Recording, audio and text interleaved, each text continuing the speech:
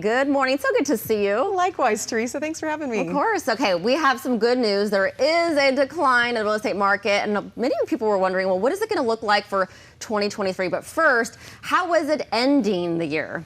Yeah, I like the way you posed that. It is good news, essentially, because we were on such a high. The decline actually is a sign of us returning to normalcy. And we ended the year over year, we had an increase in the median sales price, according to CoreLogic and SDAR, of 2.4%, which is shockingly low when you compare it to the 2 years prior to it, where we saw 30% and then 18%.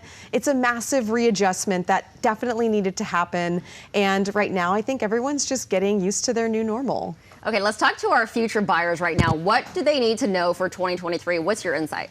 My best advice to buyers right now is really do your research now. Talk to a lender, talk to a realtor, figure out exactly what your options are, because interest rates are higher. So you might have to adjust expectations somewhere along the line, because that does affect your monthly payment. But there are so many programs you can get a seller involved in, do a 2-1 buy down, a permanent buy down. You're going to get a lower interest rate and a chance to refinance in the future if rates do go down. So just explore all your options. There's credits, there's all kinds of fun things out there. Just don't get too in your head about it. Well, coming out of 2022, many are wondering, okay, if they have a property right now and they want to sell it, what advice do you have for those who are wanting to sell a house or a condo right now? If you're looking to sell, definitely lean on your realtor. Comps right now are not super accurate, because a lot of what we had seen sold months ago, maybe last October, September, and right now it's a new market. So you kind of have to be really astute as to how you're going to price your property, because that's really important as to how quickly it's going to sell. Right now, we're seeing about a 30-day on market sit, whereas in comparison to March of last year, it was 8 days. So it's a little bit longer market time, but it definitely happens. And what advice do you have for those who are looking to buy for their first time, say this year or next year?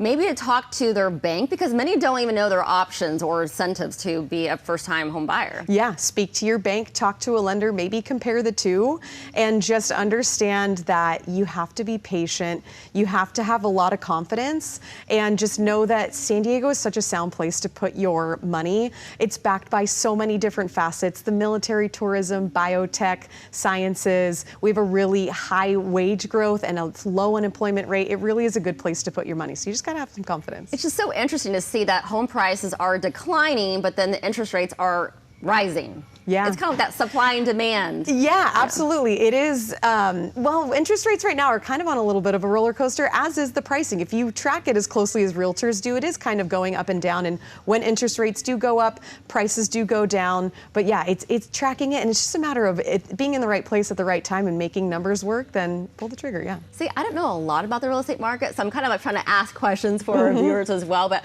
how often does the market fluctuate during the year? Because it seems like, as you mentioned, the interest rates keep going up and down like a roller coaster. It's a great question, because in a normal year, we saw kind of a cycle where the spring was the most abundant. You could more buyers, you'd get the highest sale for your price for your house. And then at the end of the year, maybe we saw a little bit more uptick. And then COVID came, and then 2022 came, and we just all rules were off. So now we're getting back to a normal cycle where we're going to see a robust spring and maybe a taper off towards the end of the year. I like how we're discussing this right now at the beginning of the year, those who are wanting to buy or sell.